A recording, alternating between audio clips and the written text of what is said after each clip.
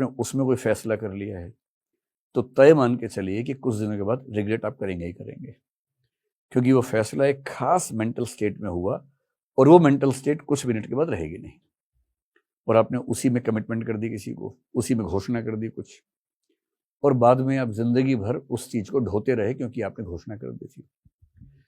इसलिए इमोशंस पर कंट्रोल इतना रहे कि इमोशंस आपके ऊपर चढ़कर हावी ना हो जाएं, इमोशंस आपको मजबूर ना कर दें कि आपको कब कहाँ क्या बोलना है। मैं मजाक में एक बात कहता हूँ कि यदि कोई मुझे गुस्सा दिलाना चाहे तो मैं उससे बोलता हूँ कि तेरे चाहने से गुस्सा नहीं करूंगा, जब मेरा मन करेगा तब करूंगा। तुम चढ़ाओ मुझे, दिलाओ गुस्सा, करूंगा ही नहीं गुस्सा, मैं ले नहीं रहा तुम्हारे इनपुट को, जब मेरा मन करेगा गुस्सा तब करेंगे। इमोशंस में इतना कंट्रोल मेरा भी नहीं है, लेकिन हाँ अगर इतना कंट्रोल हो तो जिंदगी बड़ी शानदार हो जाती है। ये भी सही है कि बिना इमोशनल हुए आप खुश हो नहीं सकते। खुश होने का बेसिक मतलब क्या है? 4 हार्मोन्स का बहना। उन 4 हार्मोन्स को बहने को बोलते हैं खुश होना। खुश होना केमिस्ट्री में, बायोकेमिस्ट्री में 4 हार्मोन्स का बहना है, उसका और कोई मतलब नहीं होता, इतना ही मतलब होता है, और मजा उसी में आता है जब वो 4 हार्मोन्स बहते हैं। प्रैक्टिकल होने में क्या है कि कभी कभी आपका मन करता है प्रैक्टिकल हो जाओ। आप सब उस फेज से गुजरे होंगे। हर व्यक्ति को लगता है कि वो बहुत इमोशनल है और लोग उसका मिसयूज कर लेते हैं, और मजे की बात है कि आपके बारे में दूसरों को भी ऐसा लगता होगा कि ये मेरा यूज कर लेती है, ये मेरा यूज कर लेता है, और आपको दूसरों के बारे में लग रहा है, क्योंकि हम सब सब्जेक्टिव तरीके से सोचते हैं ना। सबसे बुरी फीलिंग दुनिया में है ऑब्जेक्टिफिकेशन, कि किसी ने मुझे वस्तु की तरह इस्तेमाल किया, ऑब्जेक्ट की तरह इस्तेमाल किया। इससे बुरी कोई फीलिंग नहीं मानी जाती है। जैसे कोई आपसे प्यार मोहब्बत की बात करे, बाद में धोखा दे दे, आपको लगता है कि मुझे यूज किया गया, मुझे एक ऑब्जेक्ट बनाया गया, ये फीलिंग बहुत बुरी फीलिंग मानी जाती है।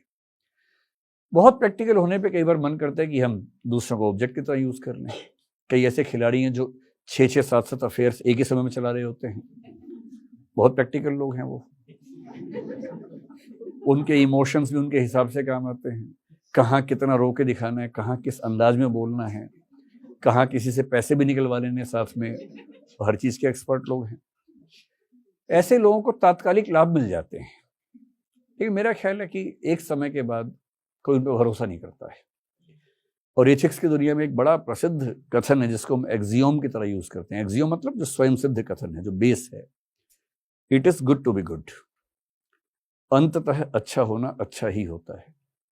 आप अच्छे रहेंगे, नुकसान झेलेंगे कहीं कहीं, लेकिन आपकी गुडविल होगी, साख होगी, लोग भरोसा करेंगे, और भरोसा करेंगे तो जीवन आपका अपने आप अच्छा हो जाएगा। इसलिए मैं बार बार ये बात कहता हूं कि बहुत प्रैक्टिकल होके दूसरों का खून चूस लेना, बहुत इमोशनल होके कुछ पैरासाइट्स को पाल लेना अपने साथ में, खून चुसवाते रहना, दोनों खराब बातें हैं। इतना इमोशनल नहीं होना है कि कोई गधा बना दे, इतना प्रैक्टिकल नहीं होना है कि आप दूसरों को ऑब्जेक्टिफाई करें। इंसान बनिए, इंसान रहने दीजिए दूसरों को। आपके लिए बताओ, हीगल का वाक्य है, be a man and respect others like human beings. तो खुद भी इंसान की तरह रहो, बाकी को भी इंसान की तरह ट्रीट करो। इससे अच्छा क्या हो सकता है? और इसीलिए बैलेंस की जरूरत है दुनिया में। प्रणाम सर।